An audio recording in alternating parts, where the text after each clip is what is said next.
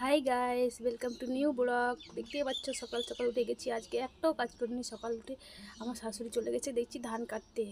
ধান কাটতে গেছে, ফোন করে বলছে আমাদের জন্য একটু চা, মুড়ি, চানাচুর এনে দিবি। তো দেখতেই পাচ্ছ আমি উনুন ধরিয়ে দিয়েছি, কেটলির মধ্যে জল দিয়ে দিয়েছি। এই জল দেওয়ার পর চিনি দিয়ে দিলাম, তেজপাতা দিয়ে দিলাম। তেজপাতা দেওয়ার পর দেখছি আমার ছেলে কান্না করছে। ভাবছি দাঁড়াও চাটা হতে দাও, তারপরে তোমার কাছে যাচ্ছি আমি, নাহলে তোমার ঠাম্মা আমাকে গাল দিবে, বলবে এখনও চা আসছে না। কতক্ষণই ফোন করেছি, এখনও চা হয়নি, কী যে করছে বাড়িতে, এখনও আসছে না। তো চা নিয়ে বেরিয়ে গেছি। দেখতে পাচ্ছি ওখানে অনেকজন দাঁড়িয়ে আছে। দেখছি কী করছে, ওখানে গিয়ে জিজ্ঞাসা করছি কী করছো তোমরা এখানে। ভুট্টা মেরেছে কালকে, তো বলছে রোদের মধ্যে শুয়ে দিচ্ছে। আমার ভাস্তা ছিল, কয়েকটা যা ছিল, আমার শাশুড়ি ছিল, সবাই দাঁড়িয়েছে। সবাই বলছে আমাদেরকে চা দিয়ে যা। তারপর আমি চলছি, রাস্তার মধ্যে যেতে ধরেছি, যাচ্ছি। দেখতেই পাচ্ছ তোমরা অনেক দূর যেতে হবে। এখানে একটা পুকুর আছে, পুকুরটা পার হতে হবে, তারপরে ভুট্টার জমি দেখতে পাবা সবাই।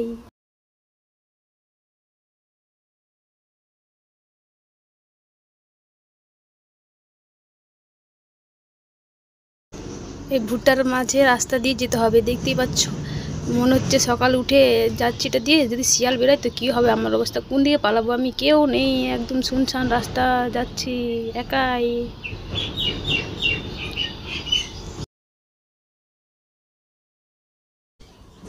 যা দেখতে পাচ্ছি সব এগুলো ভুট্টা, চারিদিকে ভুট্টা ভুট্টা। তারপরে ভুট্টা জমি পার হয়ে ধানের জমি, তো ওই যে ধানের জমি, ওই যে আমার শাশুড়ি ধান কাটছে ওখানে, দেখতে পাচ্ছ চারিদিকে। তোমরা কি বলো, আমরা তো ডুবা বলি।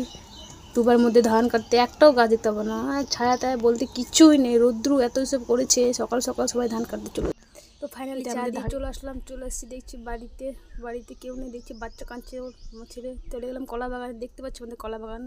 দেখতে দেখছি কলা ধরেছে একটা গাছে, দেখে আসি কলাটা কত বড় হয়েছে, খাওয়ার মতন হয়েছে কিনা হয়নি দেখে আসি।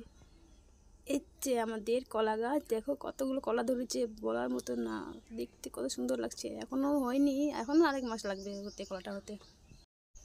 তো আমার ছেলে উঠে গেছে, সবাইকে হাই করছে। বাবু হাই করে দিস না, একটু হাই করে দাও, কান্না করে ধরেছে, খিদে লেগে গেছে।